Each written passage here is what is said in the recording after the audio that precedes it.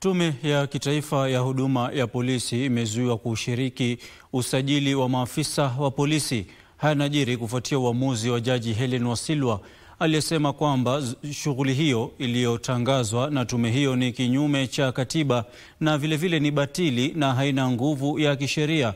Na kama vile mwanahabari wetu Ruth Wamboi anavyotuarifu, Jaji Wasilwa pia ametoa wito kwa bunge kurekebisha sheria mbili zilizoibua utata ili kuepuka mgongano wa majukumu ya Inspekta Jenerali.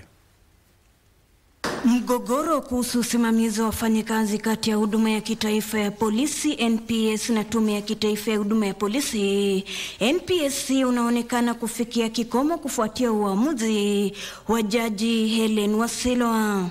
A declaration be and is hereby issued that Article 243 establishes the National Police Service and that it constitutes the Kenya Police Service and the Administration Police Service, and that the constitutional functions and duties vested in the National Police Service must be performed by it and not any other person. Jaji Wasilwa alisema kuwa tume hiyo haina mamlaka ya kuajiri au kuwapeleka maafisa wa polisi kuhudumu katika sehemu mbalimbali. Jaji Wasilwa alisema Inspekta Jenerali wa polisi ana mamlaka ya kipekee ya maafisa wa huduma ya polisi.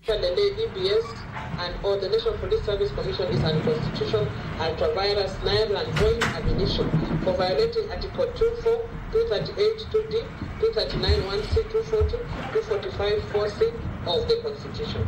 Jaji Wasilwa alitoa masharti kadhaa akithibitisha kuwa ajira, mafunzo, kupelekwa kwa maafisa wa polisi, kusimamishwa kazi au kufutwa kazi kwa maafisa wa polisi ni jukumu la Huduma ya Kitaifa ya Polisi wala si taasisi yoyote nyingine. Aidha, mahakama ilitangaza kuwa mchakato wote wa ajira uliotangazwa kuanzishwa na mwenyekiti wa tume hiyo Peter Lelei ni batili na unakiuka katiba. A declaration be and is hereby issued that Article 245(1) and 2D of the Constitution establishes the Inspector General of the National Police Service and provides in mandatory terms that the Inspector General shall exercise independent command over the National Police Service. Tume hiyo ilikuwa imepanga shughuli ya kuwasajili makurutu wa polisi kuanza tarehe 3 hadi tarehe 9 mwezi huu.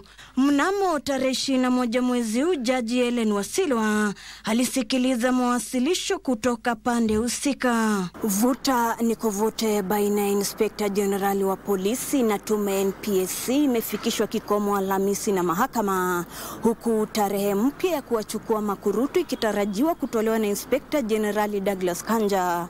Ruth Wamboi nikiripoti kutoka jumba la Jogoo hapa jijini Nairobi.